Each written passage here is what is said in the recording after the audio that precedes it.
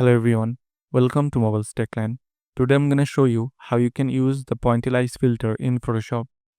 So I have these two beautiful portraits, and to turn them into Pointillize, I have to go to Filter, then Pixelate, and choose Pointillize. A small box will appear, and you can change the size of the box to see the image and the changes it does to your photo.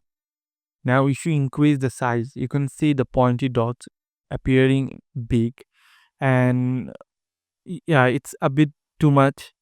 So we'll do the same thing. Go to filter, pixelate, pointillize, and now we will choose 21, which is a decent number to get a pointillize filter. And the same way, you can also decrease the size to 5, and it's too less and it's a bit more noisy looking. So it was a very simple and easy tutorial, and you can play around with Pointillize.